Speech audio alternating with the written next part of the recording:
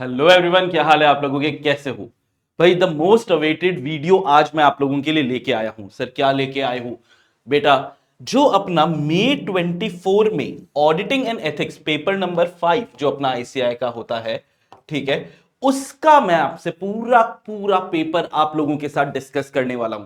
Sir थोड़ा late हो गए ना? नहीं बेटा, ये उसके लिए नहीं है जो मे अटेम्प्ट दे चुका है और उसको अपने आंसर शीट चेक करनी थी कि यार मैंने सही लिखा या नहीं। नहीं नहीं, हम कभी ऐसे कॉन्फिडेंस कम नहीं करना चाहते और हम ये तो कभी नहीं करेंगे शायद कि है ना एग्जाम खत्म होते ही वीडियो डाल दे।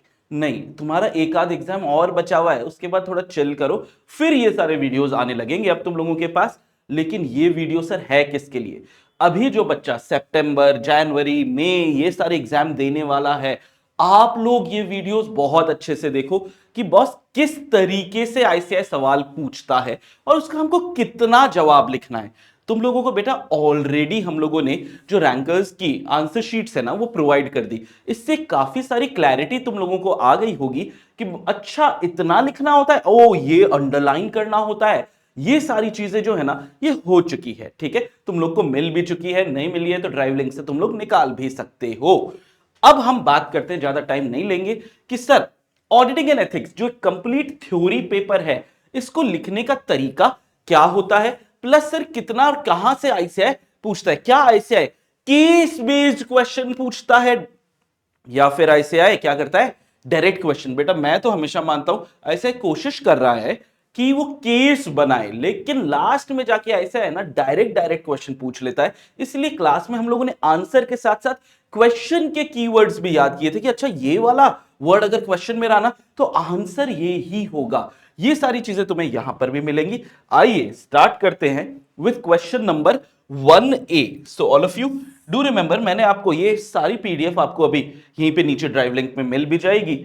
मैंने स्टार्ट कर रहा हूं क्वेश्चन 1A से, लेकिन क्या आपको भी एग्जाम में 1A से स्टार्ट करना है? सर क्वेश्चन 1 कंपलसरी है, लेकिन यह जरूरी नहीं है कि आपको 1A से ही स्टार्ट करना पड़ेगा, आपकी मर्जी है। आपने यार 1 की अगर कॉपी देखी होगी, उसने क्वेश्चन नंबर 5 और 6 पहले किए, ये उससे भी लगा होगा, या मुझे तो हमेशा ही लगता है कि क्वेश्चन 5 6 थोड़े इजी क्वेश्चंस होते हैं as compare to question 3 question 4। ठीक है, ये एक परसेप्शन वाली बात है। सर मुझे आएगा तो वो इजी है, नहीं आएगा तो वो डिफिकल्ट है। लेकिन हम जब अभी डिस्कस करने वाले हैं, हम सारे क्वेश्चन 6 के 6 क्वेश्चन, तुम लोग को तो 5 ही करने हैं, 1 कंपलसरी, 4 और करने हैं, और एक तुमको इंटरनल चॉइस भी मिलती है 4 नंबर की, वो भी हम सारा सारा डिस्कस करने वाले हैं। तो पहला सवाल हम लोग देख लेते हैं। सर पहले सवाल में क्या बोल रहा है? पहला सवाल पूछा गया है चैप्टर नंबर 2 से। चैप्टर नंबर 2 जो है ना हमारे लिए सबसे इंपॉर्टेंट चैप्टर्स में होता है, क्योंकि ये सबसे छोटे चैप्टर्स में है, प्लस 8 से 12 नंबर ये अकेला चैप्टर रख रखा है। तो इतना छोटा, इतना इजी, और 8 से 12 इस चैप्टर का तो वर्ड बाय वर्ड अपने को याद करना है। आइए पहला सवाल भी इसी का था।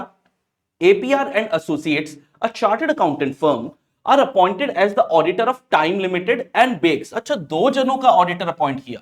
The volume and nature of business of both the companies are entirely different। दोनों कंपनी सेम नहीं है सर, एकदम अलग अलग है।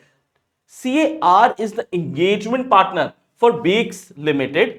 अच्छा, पार्टनर्स अलग अलग हो गए, बेक्स के लिए CAR है, CAP is the engagement partner of Time Limited। CAR formulates an audit program for conducting the audit of Bakes। He suggests CAP to use the same audit program। ये है सवाल। सर बिजनेसेस जो है ना वो entirely different है, तो same audit programme ये यूज करने का बोल रहा है, ये तो गलत हो गया। चैप्टर 2 यहीं पे आ गया, for the time limited, but CAP is of the opinion that audit program will not be useful for the audit of time limited। In light of the above mentioned, the matters that should really be considered while preparing the audit program। अब आया बेटा सीधा सवाल, मैंने आप लोग को mark भी करवाया था, मैटर्स, ये डायरेक्ट क्वेश्चन आ गया है। ऊपर की कहानी उतनी हेल्प नहीं करेगी। मैटर्स जो है, matters should be considered while preparing audit program, direct question ICI ने दिया हुआ है। ठीक है, is CAP correct in the emphasizing of for a different audit program for time limited? भाई ये एक कंक्लूजन भी एक्सपेक्ट कर रहा है क्या सीएपी सही था। तो तुम्हें क्या करना है इसके अंदर बेटा, पूरा मैटर जो है आईसीआई ने खुद ने गोलू गोलू गोलू गोलू करके चार्ट बनाया था। मैंने क्लासेस में बोला है तुम लोग को, कितनी बार बोला है, जब आईसीआई ने ये चार्ट वाली मेहनत की है तो आईसीआई उसमें से सवाल देता ही है। आज तक तो ऐसा ही हुआ है। आईसीआई ने, अभी मैं तुम लोग को दिखाऊंगा कि चार्ट दिया है और जितना उस चार्ट में लिखा हुआ है ना बेटा, उतना ही आंसर अपने को लिखना है, उससे ज्यादा नहीं। So this was a 4 marks question of chapter number 2। अब पहले मैंने आईसीआई का आपको आंसर दिया है, लेकिन अभी इसको डिस्कस करते हैं। ये देखो आईसीआई ने ये पूरे जो मैटर्स है ना, ठीक है, जो हमें कंसिडर करने हैं, ये एज इट इज एक गोलू गोलू गोलू गोलू गोलू गोलू गोलू करके दे दिया है। ये है सर कितने पॉइंट लिखने हैं बेटा, एनी 4 पॉइंट आप लोगों को लिखने हैं। तो आइए इनको अपन समझते हैं यहां से। देखो ये ऊपर का जो आईसीआई ने दिया है, आईसीआई अपने आंसर में इसको बिल्कुल एक्सपेक्ट नहीं कर रहा है। While developing an audit programme the auditor may conclude that relying on certain internal control. अरे इंटरनल कंट्रोल की बात ही नहीं है, ठीक है। ये पूरा का पूरा जो है ना, यहां से लेके ये पूरा का पूरा बेटा, ये आपसे एक्सपेक्टेड नहीं है। रैंकर्स की कॉपी देखो बेटा, ये चीज आपको नहीं लिखनी। क्यों नहीं लिखनी सर, हम तो लिखेंगे तो बेटा टाइम वेस्ट करेगा, पेपर पूरा नहीं कर पाएगा, इसके कोई नंबर तो मिलने नहीं। सीधा for the purpose of programme construction the following point should be kept in mind. क्या क्या पॉइंट है sir? Stay within the scope and limitation of assignment. ICI ने खुद ने इतना सा लिखा है और गोलू में भी इतना ही लिखा है कि आपको स्कोप लिमिटेशन, जो हमने चैप्टर 1 में पढ़ा था कि हम ऑब्जेक्टिव स्कोप ये सब डिसाइड करते हैं। चैप्टर 11 में हमने पढ़ा था कि जब terms of audit engagement sign की जाती है तो आपको स्कोप वगैरह, जो ऑब्जेक्टिव है स्कोप है, वो ऑडिट एंगेजमेंट लेटर में लिखना पड़ता है। तो स्टे रहो, अंदर रहो within scope limitation. Prepare a written audit programme हमें चाहिए। Setting for the procedure. अब प्रोग्राम में, ऑडिट प्रोग्राम में क्या होता है तुम लोग को पता है कि ऑडिट के हथियार लिखते हैं। Setting for the procedure that needed to implement. अब नंबर तो बेटा इतनी सी चीज लिखने के कि रिटर्न ऑडिट प्रोग्राम होना चाहिए, नंबर इसके, लेकिन हम सर थोड़ा सा आगे अगर लिखते हैं तो उसमें कोई हर्जा नहीं है। फिर determine the evidence reasonably available. Evidence determine करो and identify the best evidence. मैंने तुम लोग को नोट्स में यही लिखवाया है, आइडेंटिफाई द बेस्ट एलिमेंट कौन से होंगे, बेस्ट एविडेंस कौन से होंगे सर। कि एक चीज की ऑडिट में कर रहा हूं, मैं सेल्स की कर रहा हूं, परचेज की कर रहा हूं, हर एक के लिए सारे एविडेंसेस जो हमें मिलते हैं वो जरूरी नहीं है कि सब एक से एक बढ़िया हो, ठीक है। जो बेस्ट है आप अपने आर्टिकल को लिख के दे दो कि देख भाई ये एविडेंस मिला ना, तो मेरे को सफिशिएंट एप्रोप्रिएट ऑडिट एविडेंस मिल जाएगा, ये आप उसको बता देते हो। अप्लाई ओनली दो स्टेप्स एंड प्रोसीजर जो यूजफुल है इन अकम्प्लिशिंग द वेरिफिकेशन। फिर इन्होंने तो 3 पॉइंट और भी दिए हैं। मैं हमेशा तुम लोग को क्या बोल रहा हूं बेटा, 4 नंबर है ना, 4 पॉइंट याद करने का हमारा पहला टारगेट पहला होना चाहिए। उसके बाद हम 3 पॉइंट पढ़ेंगे, ताकि जरूरी नहीं है सर एग्जाम में भी मुझे वो 4 के 4 जो मैंने याद किए तो वही याद आ जाए। हो सकता है कोई बाकी का कोई पॉइंट याद आ जाए, तो ठीक है, अपने को तो 4 पॉइंट लिख के आना है। Include the audit objective. देखो स्कोप लिमिटेशन हो गया, ऑब्जेक्टिव यहां पे हो गया। For each area in sufficient detail which serves as instruction for the assistants involved in the audit and help in controlling proper execution. Okay, consider करो कि sir फिर भी एरर हो सकता है, बिकॉज ऑडिट में हमें रिस्क जीरो नहीं होता है सर, एब्सोल्यूट एश्योरेंस नहीं मिलता है, एरर हो सकता है, रीजनेबल एश्योरेंस हमें मिलता है, इसीलिए एरर हो सकता है। And coordinate the procedure to be applied, कि एक जना पूरी एंगेजमेंट टीम एक दूसरे के साथ प्रोसीजर जो है वो कोऑर्डिनेट कर रही है। एनी 4 आपको क्या करना है बेटा, एनी 4 मार्क्स के लिए 4, जिसके लिए आईसीआई ने जितना सा लिखा है, लर्न ओनली दिस,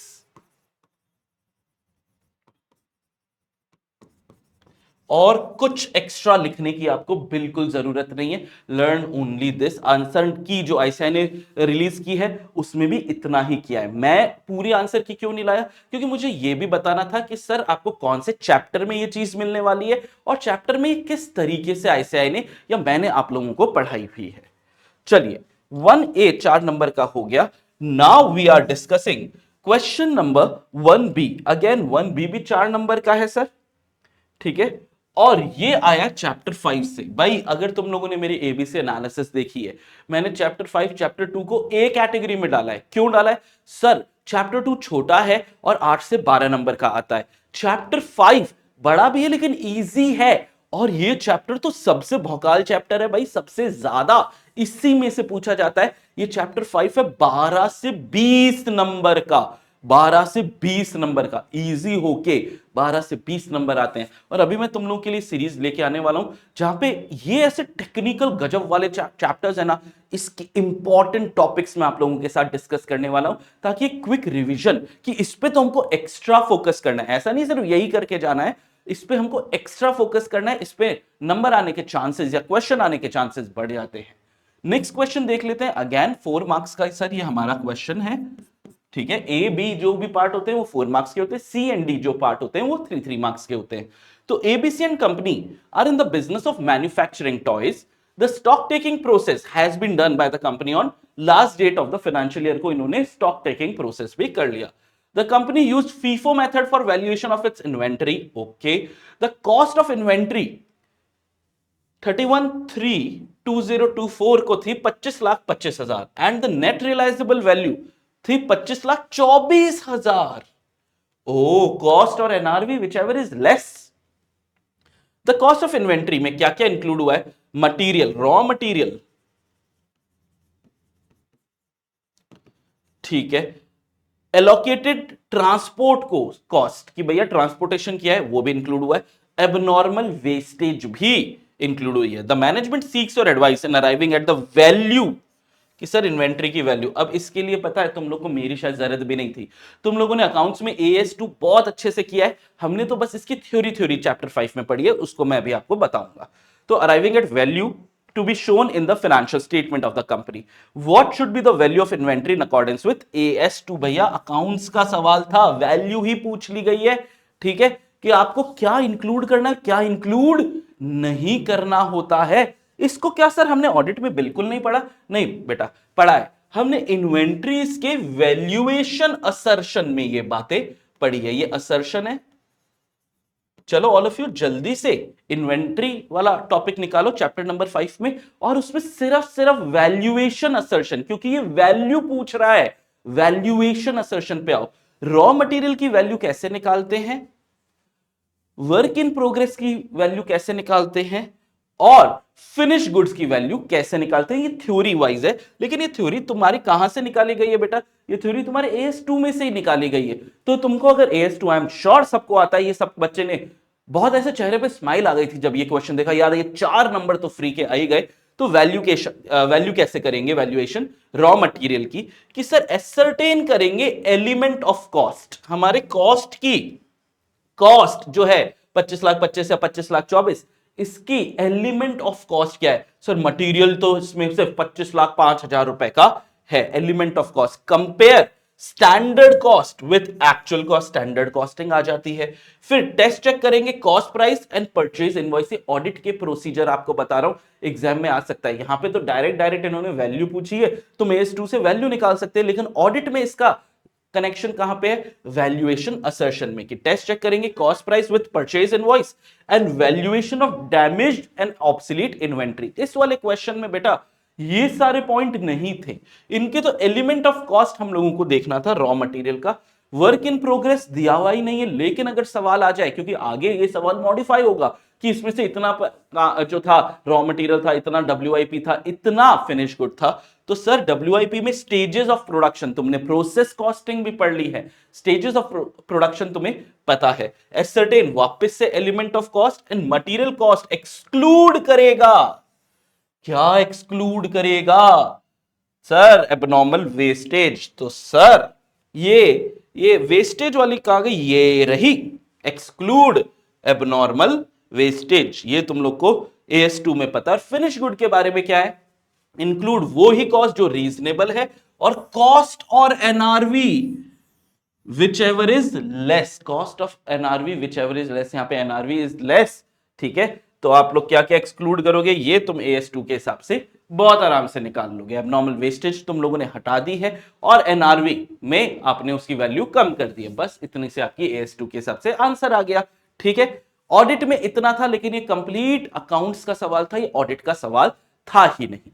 चलिए अब हम बात करते हैं बेटा, नेक्स्ट हम बात कर रहे हैं क्वेश्चन 1C की, ठीक है। क्वेश्चन 1C कहां से आया सर? चैप्टर नंबर 3 से आया। ठीक है, चैप्टर 3 चैप्टर 4 डराते हैं क्या? देखते हैं बेटा ये चैप्टर डरने वाले हैं या नहीं। और लास्ट वीडियो जो मैं आपके लिए लेके आऊंगा ना, 3 वीडियो की सीरीज लेके आऊंगा। ठीक है, सबसे इजी 30 मार्क्स, नेक्स्ट 40 मार्क्स कैसे लाएं, और सबसे खतरनाक चैप्टर 3 और 4 की हमको रिवीजन कैसे करनी है। इंपॉर्टेंट टॉपिक क्या है कि समय नहीं है सर इतने पन्ने पलटने का, उनमें क्या क्या करना है वो तो करना ही है।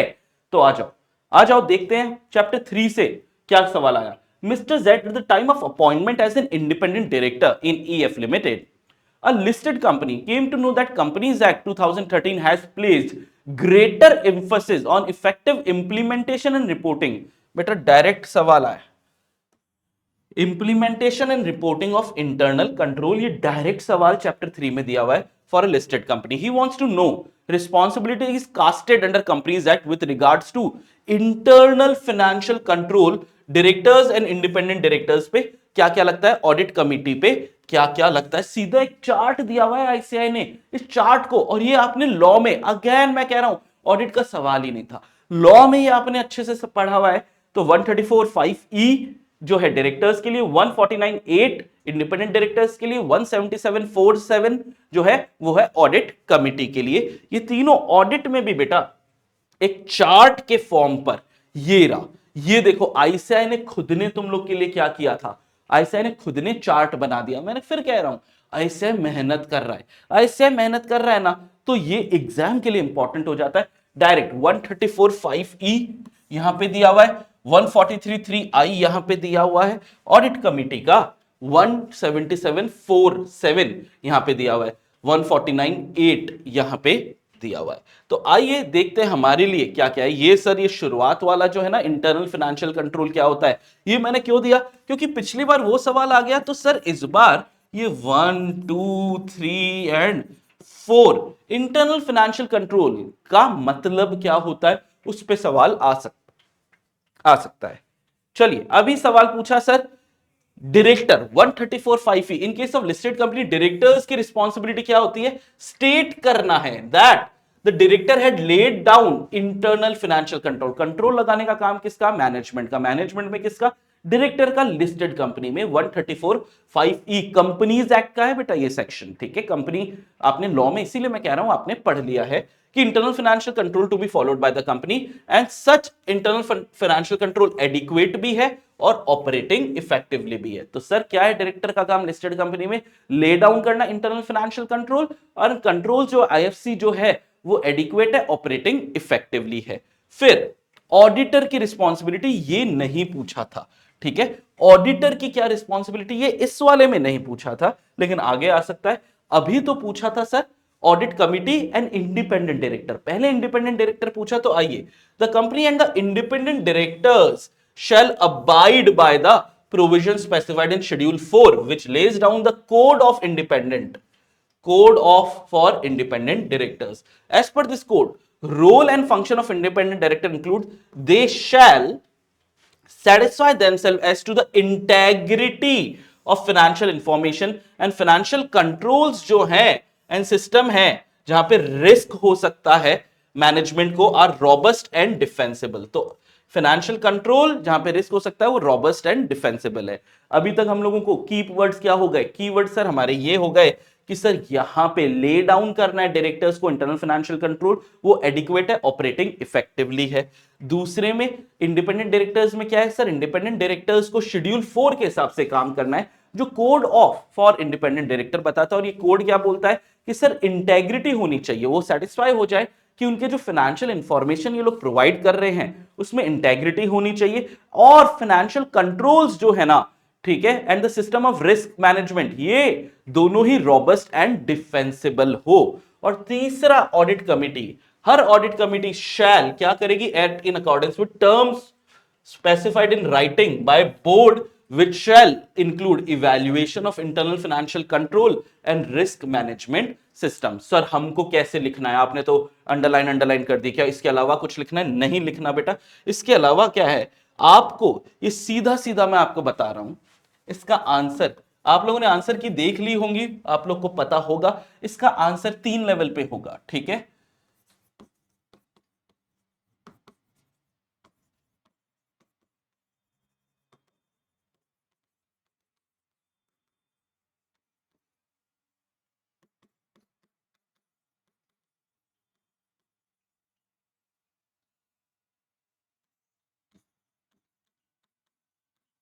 ये क्वेश्चन में दिया है, ठीक है। डायरेक्टर्स रिस्पॉन्सिबिलिटी क्या है? हमारे डायरेक्टर की फर्स्ट रिस्पॉन्सिबिलिटी है टू ले डाउन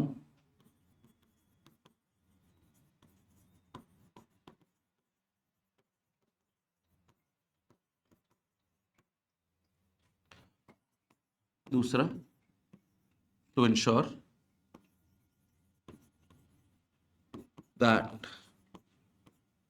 मैं internal financial control are adequate and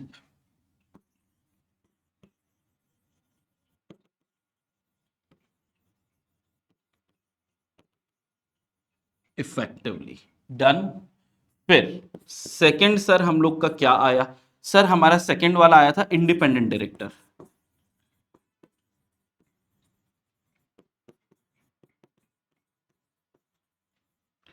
जो है हमारा सेक्शन 149(8), ठीक है। इनको इंडिपेंडेंट डायरेक्टर्स को क्या है कि सर इनको इंटरनल फाइनेंशियल कंट्रोल्स जो है, इंटरनल फाइनेंशियल कंट्रोल जो स्पेसिफाई कहां किए गए हैं शेड्यूल 4 के हिसाब से, उसके हिसाब से काम करना है, जिसमें इंटेग्रिटी होनी चाहिए फाइनेंशियल इंफॉर्मेशन में, और रिस्क मैने इंटेग्रिटी फाइनेंशियल इंफॉर्मेशन की, फाइनेंशियल कंट्रोल ये क्या होने चाहिए बॉस? ये जो है ना रॉबस्ट एंड डिफेंसिबल होने चाहिए।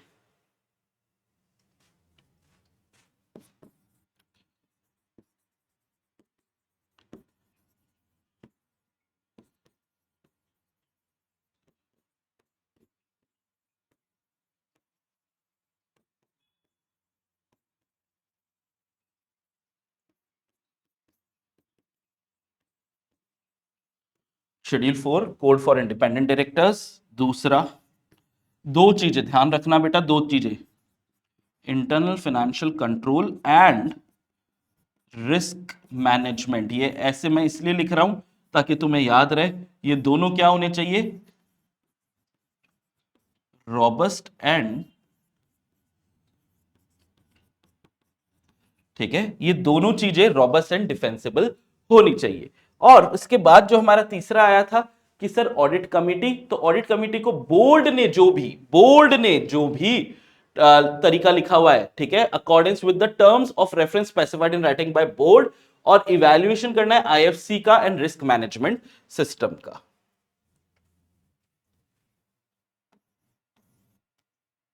थर्ड हमारा क्या आया?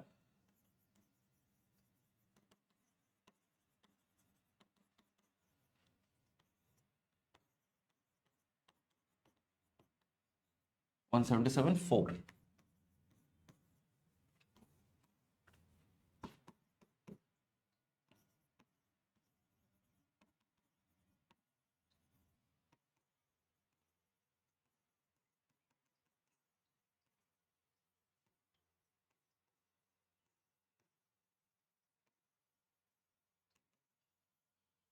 To abide by terms written by board regarding internal financial control, और दूसरा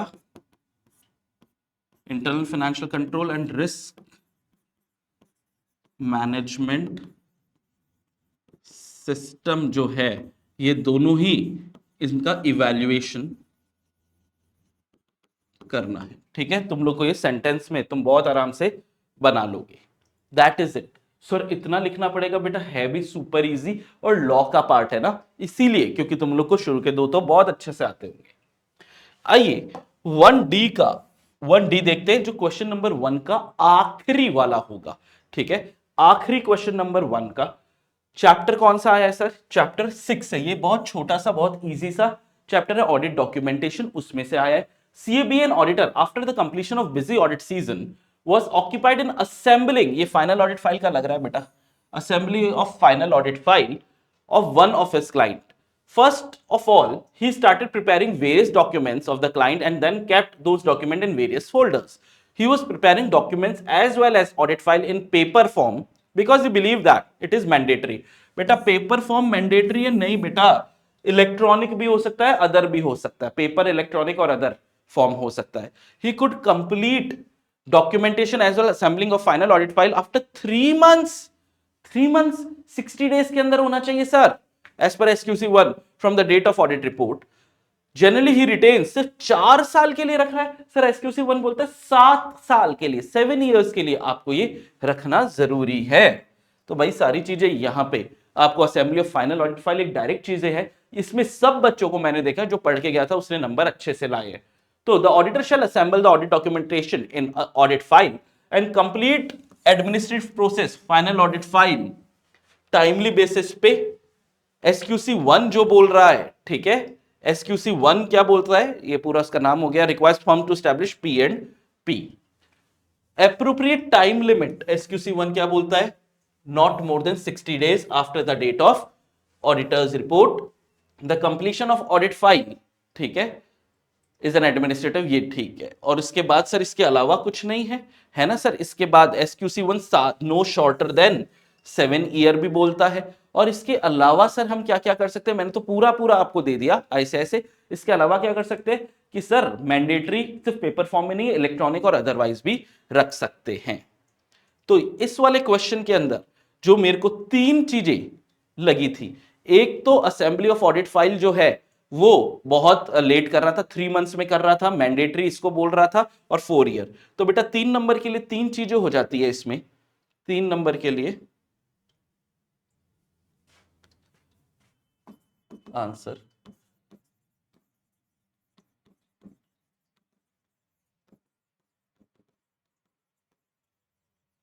the following point merits consideration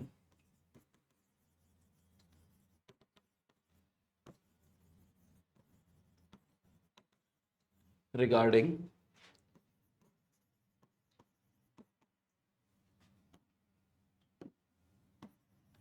assembly of final audit file as per SQC1, ठीक है। सबसे पहले 3 पॉइंट पे ही हम भिड़ेंगे सीधा सीधा।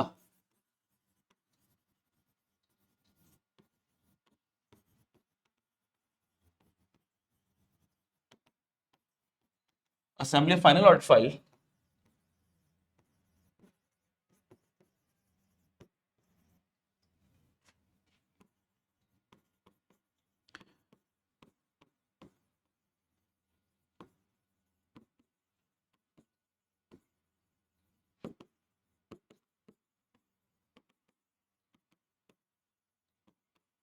भैया पहला नंबर यहां पे आया कि 60 डेज, 60 डेज को अंडरलाइन कर दिया आफ्टर द डेट। दूसरा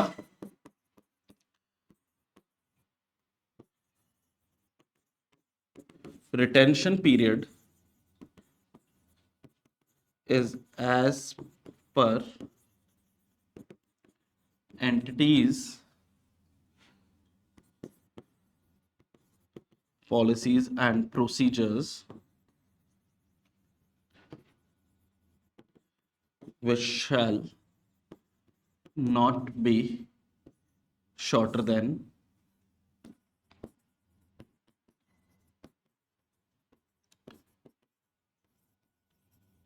7 years, ठीक है, not be shorter than 7 years आपने बता दिया। और तीसरा नंबर का कि the file can be in paper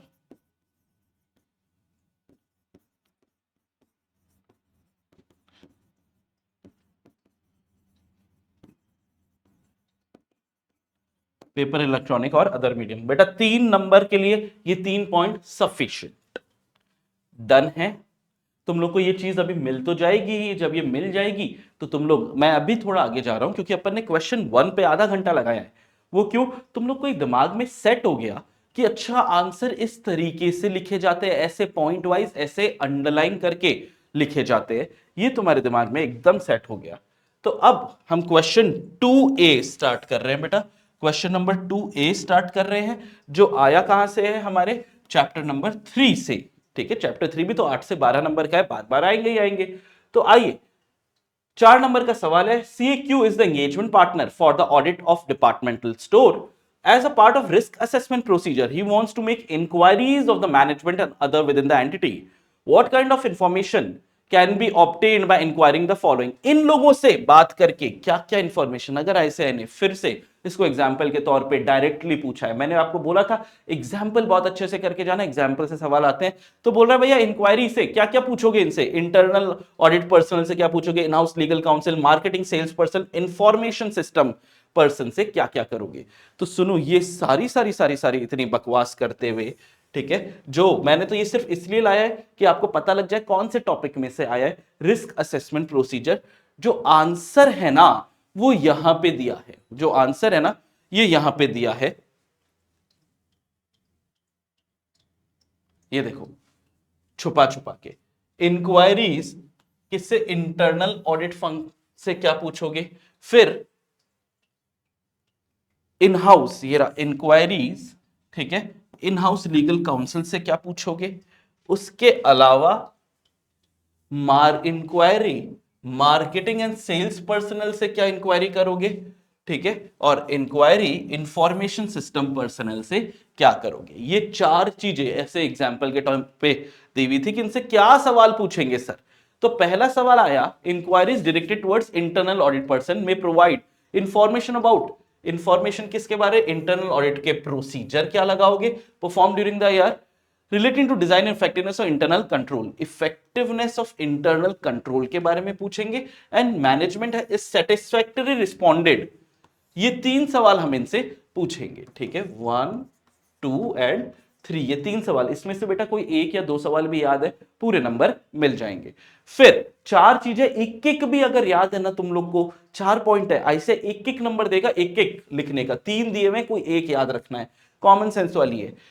in house legal counsel से केस वेस के बारे में पूछेंगे, may provide information about such matter as litigation, compliance with laws and regulation, knowledge of fraud, suspected fraud, ये सारे आपको दिए हुए। इसमें से कोई भी warranty, post sale service obligation, arrangement, कोई भी एक लिखना है, उसका 1 नंबर मिल जाएगा। मतलब अगर आपने एक बार भी रीडिंग की हुई है आईसीआई की पूरी मेरे साथ ही क्लास में, तो कॉमन सेंस से भी लिख सकते हो।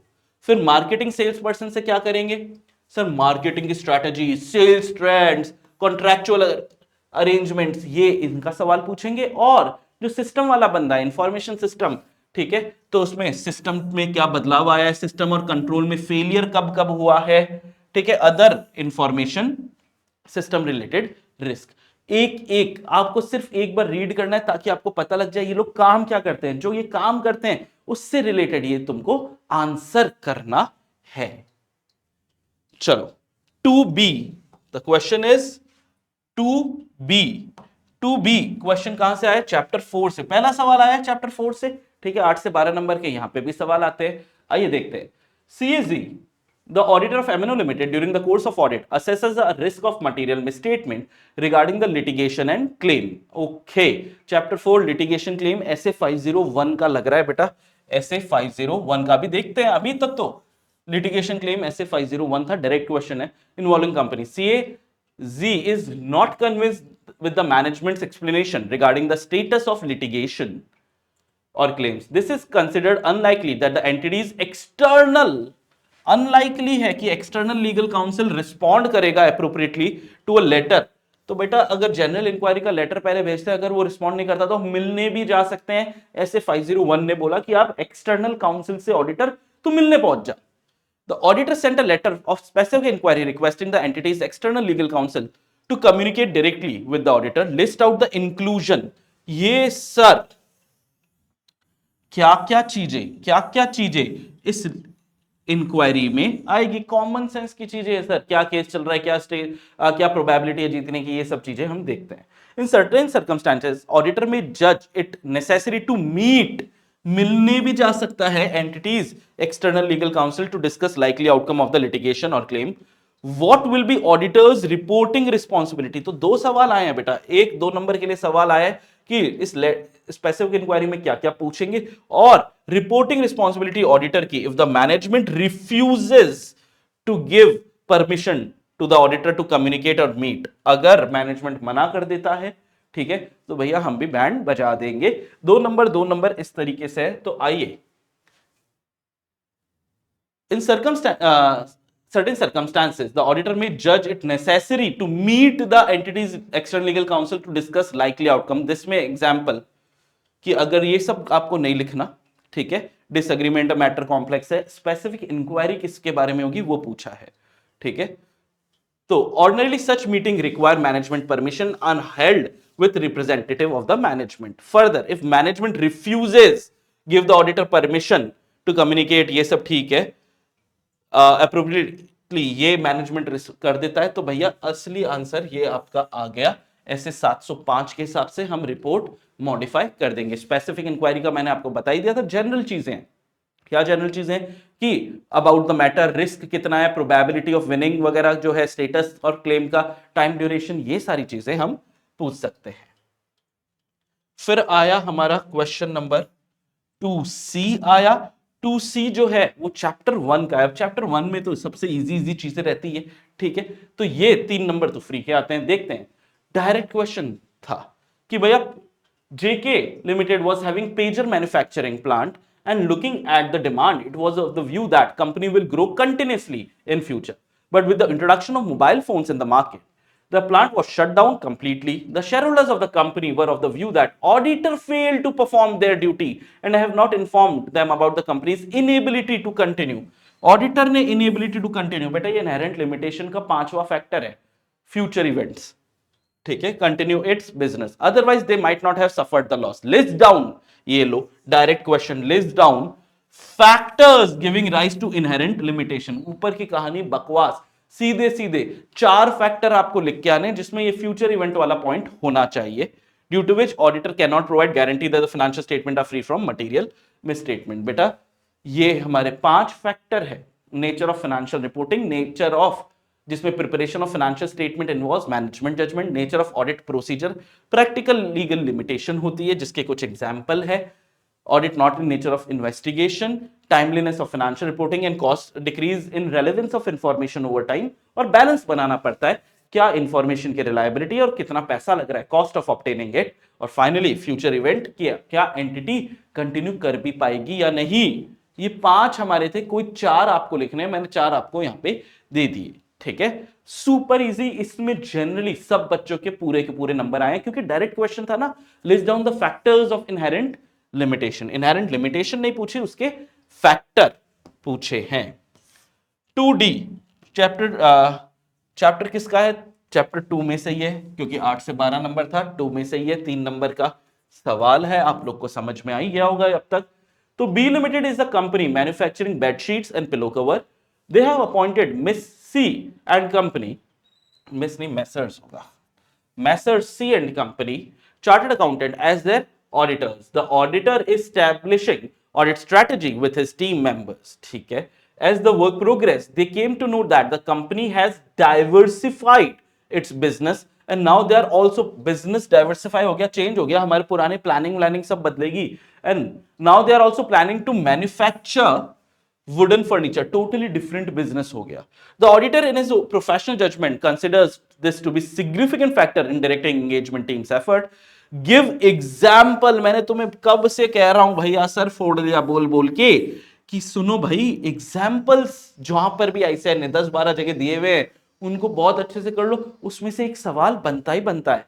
तो examples of factors that auditor's professional judgement are significant in directing team's effort. Direct question कि कौन से फैक्टर है, ठीक है, कौन से फैक्टर है, फैक्टर्स देखो अलग से तुम्हें बताया था कि factors to be considered directing team effort audit strategy बनाने का, कि identify characteristics of the engagement, की एप्लीकेबल फाइनेंशियल रिपोर्टिंग फ्रेमवर्क कौन सा है, नेचर ऑफ बिजनेस क्या है, रिपोर्टिंग रिक्वायरमेंट क्या है, और क्या लास्ट ईयर प्रीवियस ईयर के ऑडिट एविडेंस को इस साल भी यूज किया जा सकता है या नहीं, ये पहला फैक्टर था।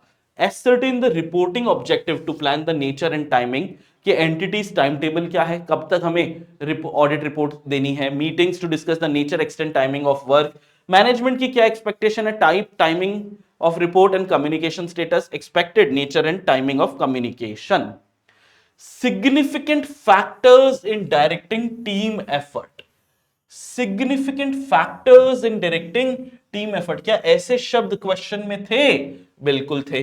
तो सर बस इतना सा आंसर, वॉल्यूम ऑफ ट्रांजैक्शन कितना है, इंडस्ट्री के जजमेंट, क्या बदलाव हुआ है फाइनेंशियल रिपोर्टिंग फ्रेमवर्क में या इन्वायरमेंट में, ये चार में से कोई तीन अगर तुम लिख पाते, significant factors in directing team's effort, इन चार में से कोई तीन लिख पाते। इस समय बच्चा बोल रहा है सर तो ये वाले जो आपने बताए ये नहीं, तो बेटा बहुत ध्यान से, उसमें बहुत ऐसे स्पेसिफिक हो गया, टीम एफर्ट के फैक्टर बता दो। यहां पे ये सारे फैक्टर जो है ये ऑडिट स्ट्रैटेजी बनाने के लिए क्या फैक्टर है, उसमें से सिर्फ एक पॉइंट के अंदर वाले पॉइंट जो मैंने आपको लिखवाए थे वो पूछा गया है। चारों याद करके जाना, 4 नंबर के लिए भी आ सकता है ये वाला सवाल।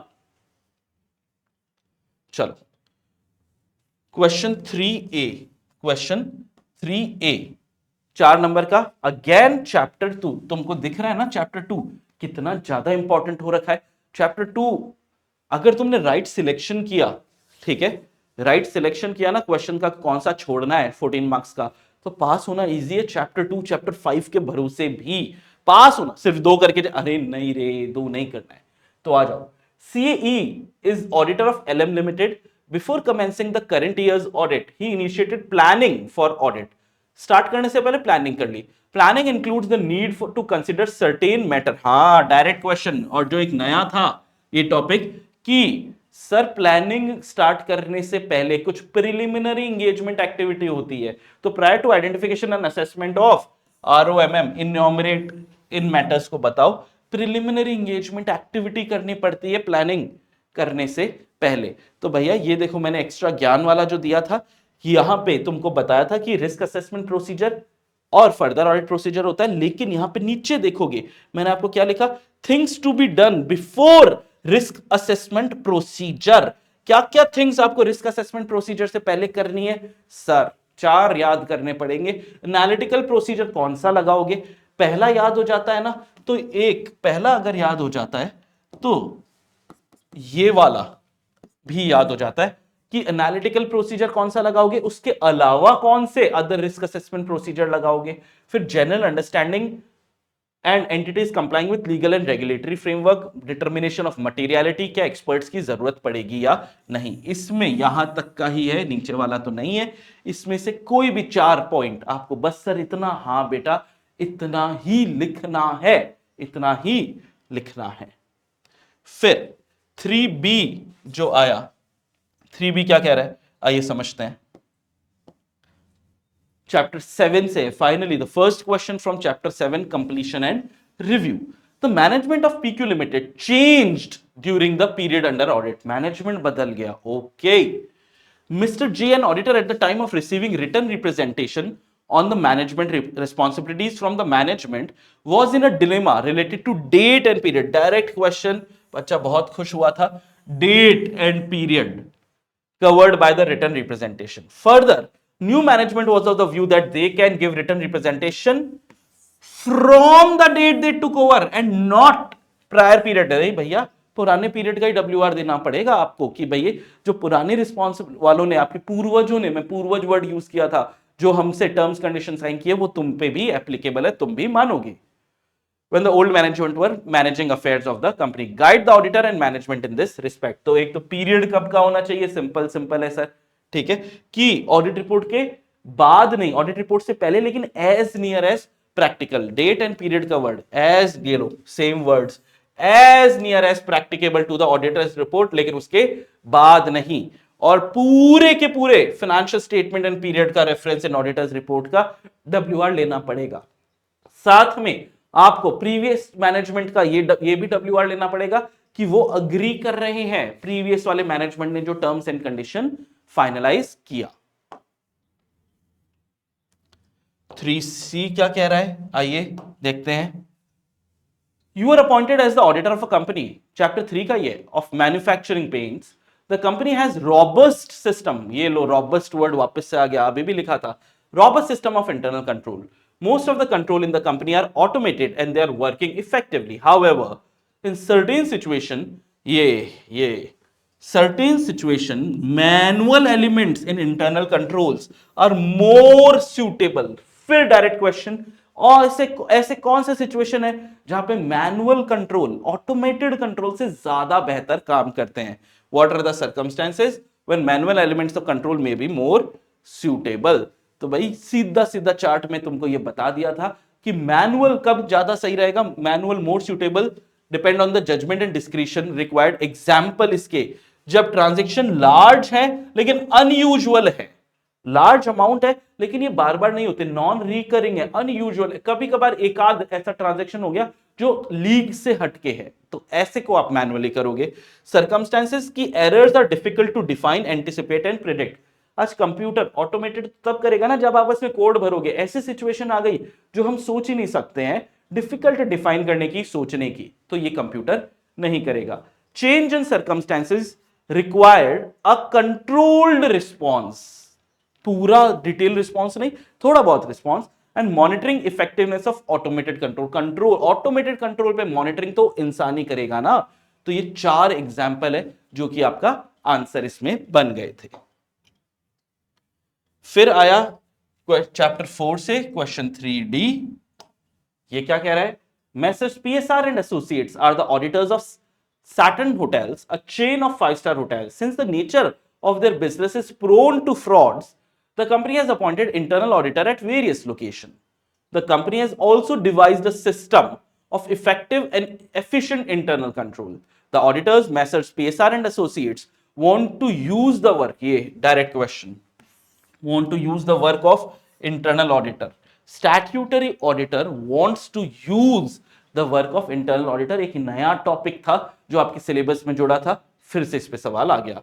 In order to ensure effectiveness, what kind of coordination should be there between the external and internal audit function?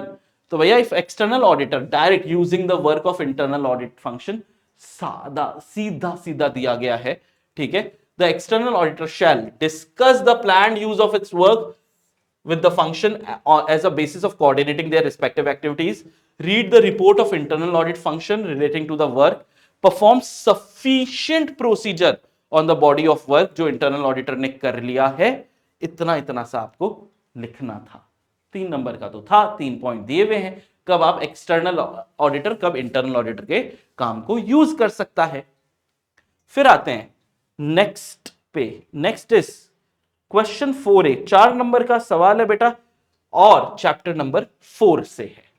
तो Messrs KLM and company chartered accountants, a partnership firm, while designing test of control and test of detail in MN Limited has to determine the items, items, selection of items for testing का topic लग रहा है, देखते हैं। Determine the items for testing that can be effective in meeting the purpose of the audit procedure. For this, they decided to select specific items from the population. State the factors, direct question, that can be considered by a firm selecting specific item from a population, and also state specific item that included for such testing. तो भाई selecting item for testing to obtain audit evidence, ये topic पूरा है। इसमें selecting specific item, जब आप specific item करोगे उसके कुछ फैक्टर्स हैं, कि ऑडिटर की अंडरस्टैंडिंग एंटिटी की क्या है, assess risk of material misstatement क्या है, and characteristic of the population. खत्म। अगर तुम लोग को ये इतना स्पेसिफिक याद रह गया, ठीक है। इसके एग्जाम्पल भी पूछे थे, तो एग्जाम्पल आ गए, high value items, transactions are more than certain amounts, greater than certain amount, and to obtain information। बेटा 2 एग्जाम्पल को याद रह गए, वो 3 याद रह गए, ओवरऑल आपको 4 के 4 नंबर मिल जाएंगे। एग्जाम्पल भी है और फैक्टर्स भी है, दोनों अलग अलग। देखो 2 बार स्टेट लिखा था ना, एक बार यहां पे स्टेट फैक्टर लिखा है और स्टेट स्पेसिफिक आइटम, यानी एग्जाम्पल ऑफ स्पेसिफिक आइटम पूछ रहा था। तो इसमें मैंने ध्यान दिया, बच्चों के भूल गए थे बच्चे, ये तो मैंने पूरा ही दे दिया। चलो 4B की अगर अपन बात करते हैं तो 4B आया चैप्टर नंबर 8 से। मेरे को लगता है ऑडिट रिपोर्ट चैप्टर 8 का ये पहला सवाल आया है ना। तो mister L is the principal auditor of OP limited. There are several divisions of OP limited that are audited by other auditors. State the procedure अच्छा, audited by other auditors. State the procedure Mr. L should ordinarily perform to obtain sufficient and appropriate audit evidence that the work of other auditor जो है वो adequate है for the principal auditor's purpose in context of this assignment. तो using the work of another auditor, generally तो principal auditor SS 600 बोलता है कि generally तो वो मान लेता है रिलाई ओवर द वर्क, ठीक है, लेकिन स्पेशल सर्कमस्टेंसेस में प्रिंसिपल ऑडिटर खुद परफॉर्म करता है procedure to obtain sufficient appropriate audit evidence, और वो एडवाइस करता है। क्या क्या एडवाइसेस करता है? How to use, principal auditor के काम को कैसे यूज करना है, अरेंजमेंट कोऑर्डिनेशन का स्पेशल कंसिडरेशन कौन एरिया में देना है, time table and significant accounting auditing and reporting requirements, ठीक है, ये सारी चीजें SS 600 प्रिंसिपल ऑडिटर वर्ड ही यहां पे लिखा हुआ है और कहीं पूरे आपकी ऑडिट में लिखा हुआ ही नहीं है, ठीक है। ये ब्रांच ऑडिट रिलेटेड टॉपिक था बेटा जो मैंने आपको बताया था।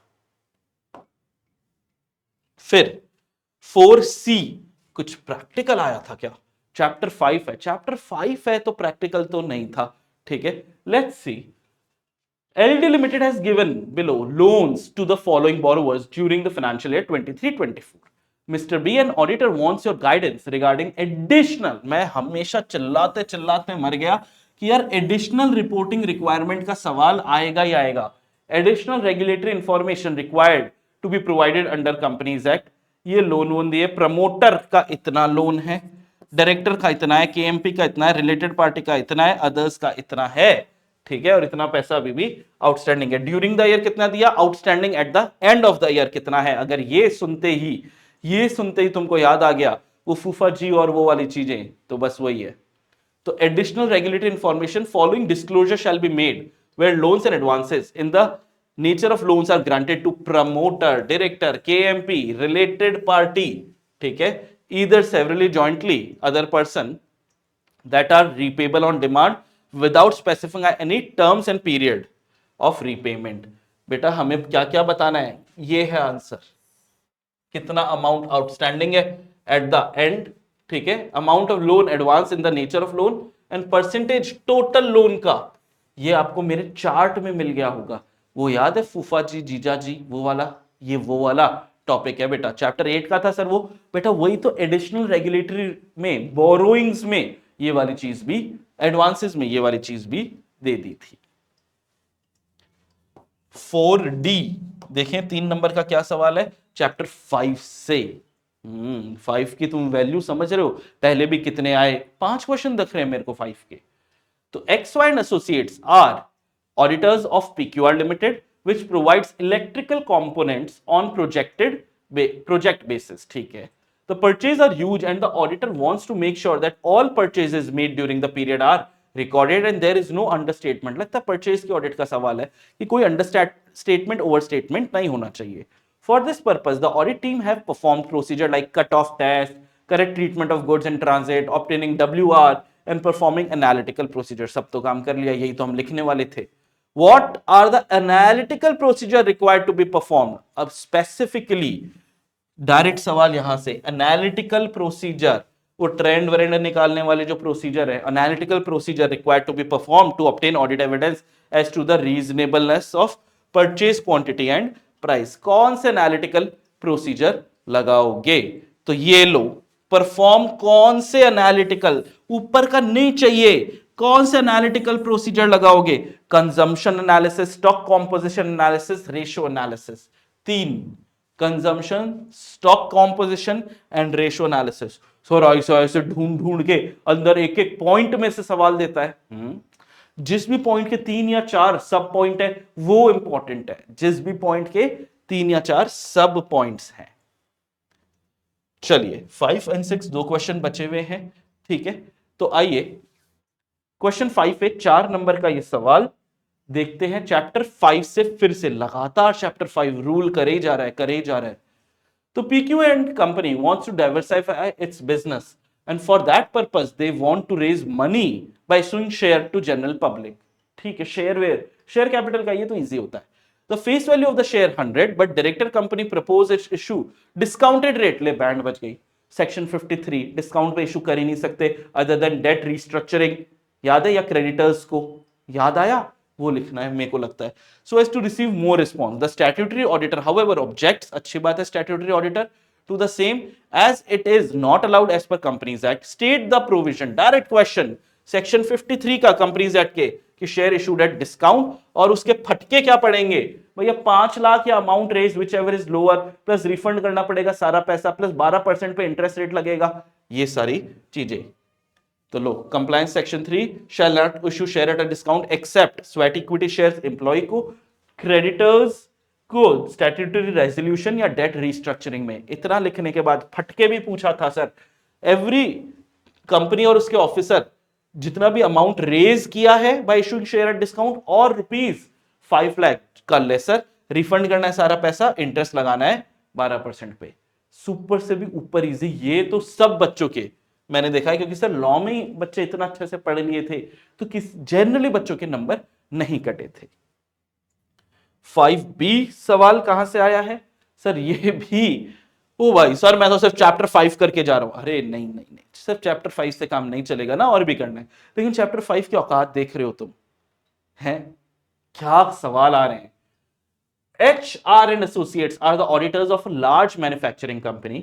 The company has recently invested huge amount in PPE. PPE पे भी आ गया सवाल for its new unit. They have added many incidental expenses to the cost of PPE. The junior audit team members are not sure about which costs are excluded. PPE, अरे भाई sir AS10 भी अगर बच्चे को आता है ना, PPE में से कौन से कॉस्ट, जनरली सब बच्चों के इसमें नंबर पूरे आए हैं क्योंकि AS10 बहुत अच्छे से आता है बच्चों को। Excluded from cost of PPE, give example. लो दूसरा क्वेश्चन भी कि ऐसे कौन से कॉस्ट है which do not form part of property plant and equipment. तो भाई example of cost that are not property plant of equipment में, cost of opening new facility business such as inauguration cost वगैरह नहीं आता sir. Cost of introducing new product service including cost of advertising and promotion PPE में नहीं आता। Cost of conducting business in new location with a new class of customer, staff training वगैरह cost नहीं आता। Administration and other general overhead के cost इसमें नहीं आते। ये मैंने नहीं, आपको नितिन सर ने सिखाया होगा। जनरली 4 चीज लिखने के बच्चों को पूरे के पूरे 4 नंबर मिल चुके थे। फिर 5C जो है चैप्टर 11 का, मैं आपको बोल रहा हूं ना, क्वेश्चन 5 एंड क्वेश्चन 6 ये जो है ये इजीएस्ट मेरे को भी लगते हैं, तुम्हें भी लगने चाहिए। AR1 को तो लगे थे, उसने यहीं से तो स्टार्ट किया था 5A से। फिर a professional accountant is expected to comply with fundamental principles of professional ethics at all times. Explain which fundamental principle governing professional ethics is violated. कौन सा fundamental principle? Integrity, objectivity, यही fundamental principle, ठीक है। Professional competence, due care, confidentiality and professional behaviour, ये 5 fundamental principle थे। पहला है a chartered accountant in practice accepted the appointment as an auditor of firm जहां पे उसकी सिस्टर वाज अ पार्टनर। भैया ऑब्जेक्टिविटी, बायसनेस रहेगी। तो ऑब्जेक्टिविटी में बायस, अनड्यू इन्फ्लुएंस, ये वर्ड लिखे हुए थे। A chartered accountant in practice was approached by his firm to seek some insider information, confidentiality लग रहा है, which was a client of chartered accountant. He could not refuse his friend request. बेटा confidentiality की धज्जियां उड़ा दी।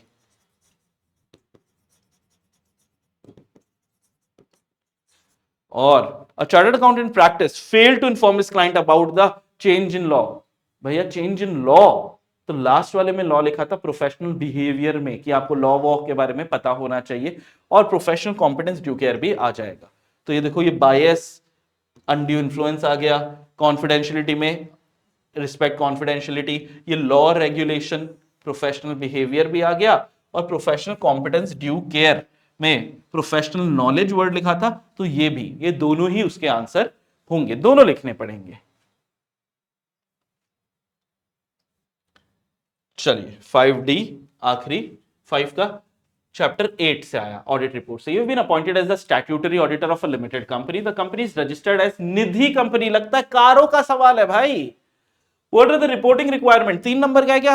हाँ 3 number का है सर। तो 3 तो रूल थे, ठीक है, 3 तो रूल थे। Requirement of Nidhi company under companies auditors report order. तो भैया 3 रूल क्या थे?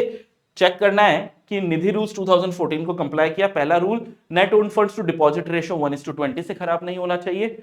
10% अनइनकम्बर्ड टर्म डिपॉजिट में पैसा जमा होना चाहिए। और तीसरा, कोई भी डिफॉल्ट हुआ can payment of interest and repayment of principal. ये 3 रूल थे। कारो तो हम लोग को बहुत अच्छे से याद थे।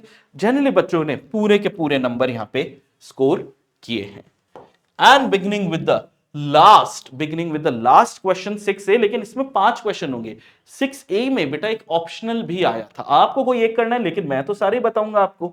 तो चैप्टर 11 से ही आया ये भी। CAM is the engagement partner of firm Messrs Y2Z LLP and he is auditing the financial statement of a listed company ABC Limited.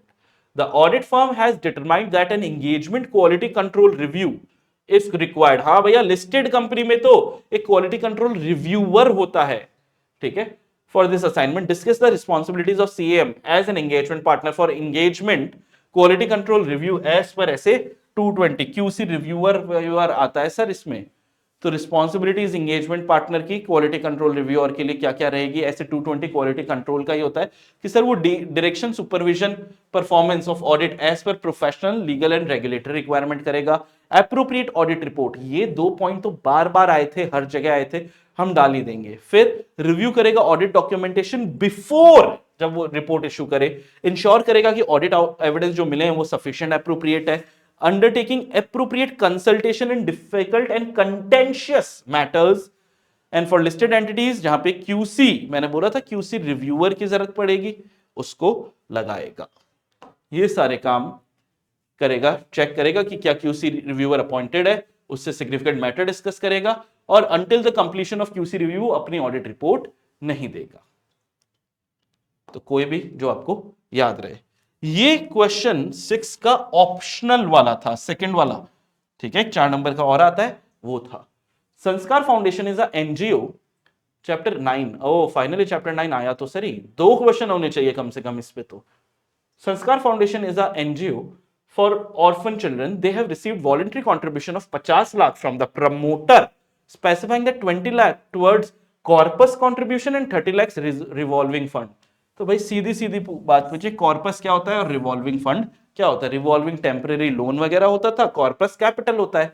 मैंने सोर्सेज में प्रमोटर कंट्रीब्यूशन इधर कॉर्पस होगा जो कैपिटल है, and voluntary with specific direction होता है, और एक रिवॉल्विंग फंड यानी टेम्परेरी लोन, एक बार ले लो वापस से दे देना, ये होता है। सर इतना सा थोड़ी लिखेंगे, अरे तुमको है ना थोड़ा सा ढूंढना पड़ेगा इसमें कॉर्पस और इसका मतलब क्या होता है।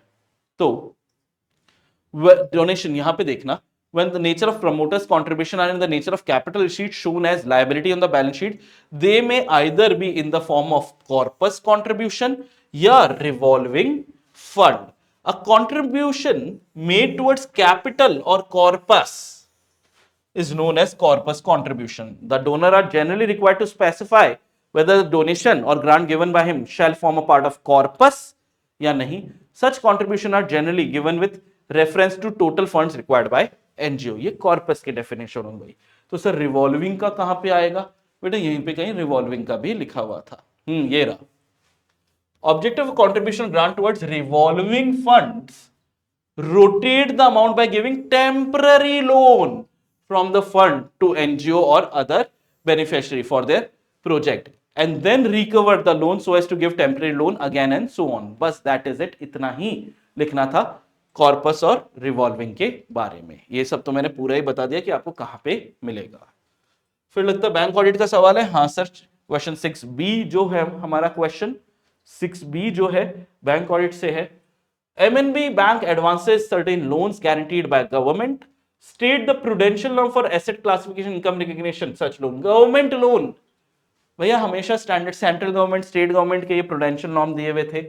ये लो, अगर लोन, ये यहां से है कि अगर loan back by central government है या स्टेट गवर्नमेंट है, ऑलवेज स्टैंडर्ड एसेट, अगर गारंटी कंटिन्यू रहेगी, लेकिन एनपीए हो सकता है। इनकम रिकॉग्निशन यहां पे भी एनपीए हो सकता है, लेकिन इनकम के साथ साथ प्रोविजनिंग के तौर पर भी इनकम हो सकता है, एनपीए हो सकता है ये, ठीक है। इतना सा लिखने के 2 नंबर इधर, 2 नंबर इधर।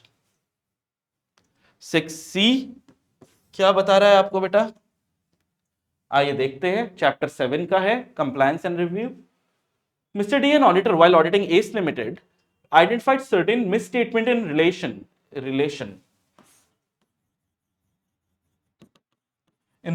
to particular class of transaction and account balance. He had communicated the same to TCWG and also taken written representation from them.